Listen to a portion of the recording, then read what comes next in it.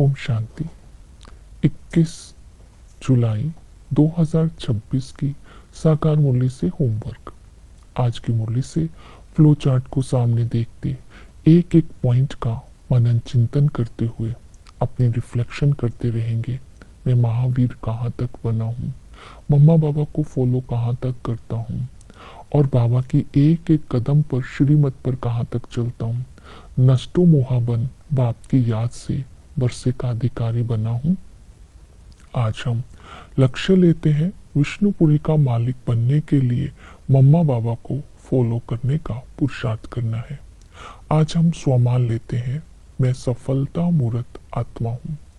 अंतर्मुखी बन ज्ञान सागर के तले में जाकर एक एक पॉइंट ज्ञान के पॉइंट का स्वरूप बनकर कर्म क्षेत्र पर हर संकल्प, हर कर्म, हर शब्द ज्ञान स्वरूप होकर हम बोलते हैं और करते हैं तो हर समय सफलता का अनुभव करने वाले सफलता मूर्त बन जाते हैं। आज हम प्रैक्टिकल में होमवर्क करते हैं। कर्मातीत स्थिति किसे कहते हैं? कर्मातीत स्थिति अर्थात बाप के साथ जाने लायक स्थिति, संपूर्ण पवित्र। ये कैसे बनेगी? जब कर्म इंद्रियों से कर्म कराते समय न्यारी प्यारी स्थिति बना करके रखेंगे। कर्म करते समय कर्म के प्रभाव से अतीत रहेंगे और बंधन मुक्त होकर के हर कर्म करेंगे। योग युक्त रह करके करेंगे, त्रिकालदर्शी बन करके करेंगे, करावन हार की स्मृति से कर्म करेंगे। ऐसी कर्मातीत आत्मा स्वतः ही अशरीरीपन का अनुभव करती है और बाप के साथ जाने लायक बन जाती है। तो इस तरह आज हम पुरुषार्थ करते हैं कि मम्मा बाबा को फॉलो करना है। पहला पुरुषार्थ है महावीर बनना है। बाबा ने कहा महावीर उसे कहते हैं जो अपनी अवस्था को अचल अडोल स्थिर बना करके रखते हैं।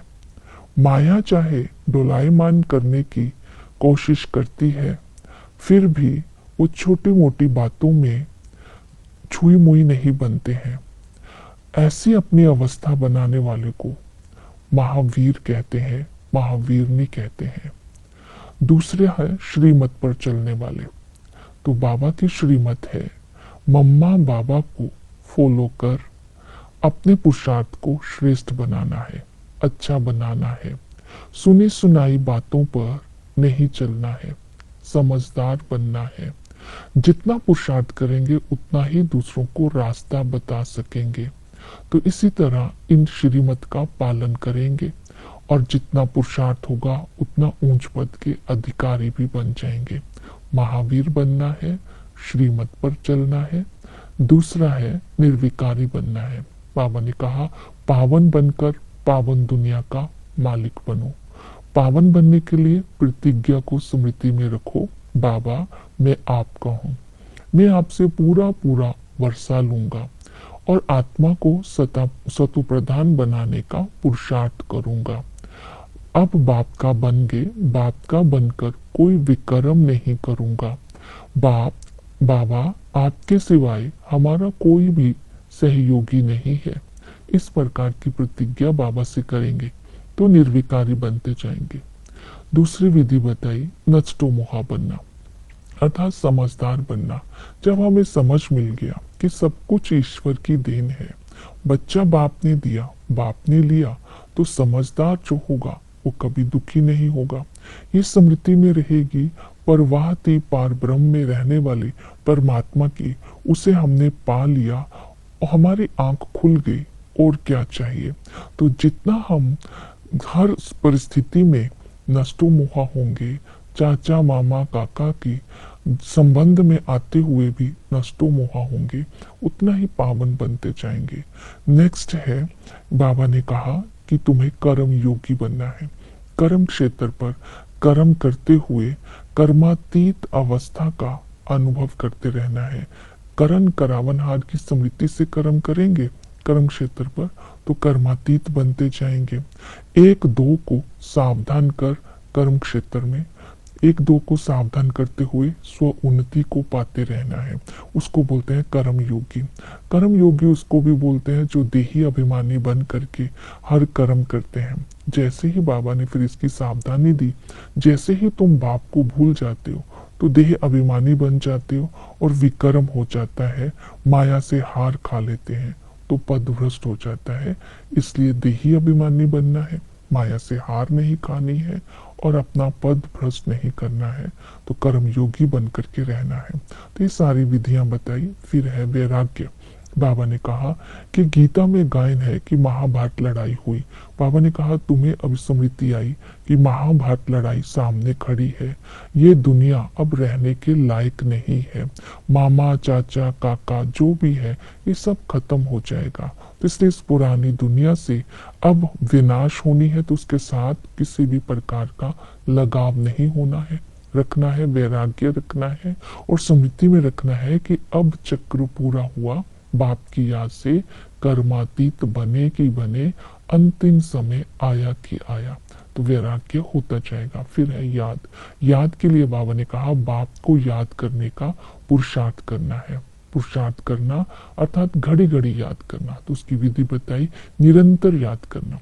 निरंतर याद करने के लिए आज सारा दिन बाबा की याद से होने वाली प्राप्तियों को स्मृति में इमर्ज रूप में हर कर्म करते हुए रखेंगे। जैसे कि बाप को याद करेंगे तो विकर्म विनाश हो जाएंगे, भूले खत्म हो जाएंगी, खाद निकल जाएगी, विश्व का मालिक बन जाएंगे, सतो प्रधान बन जाएंगे, मुरझाएंगे नहीं, सच्ची कमाई हो जाएगी। जैसे ही निरंतर याद होती जाएगी तो फील होगा पुरुषार्थ करते करते अभी अंतिम घड़ी आई कि आई। तो दूसरी विधि बताई, यथार्थ पहचान।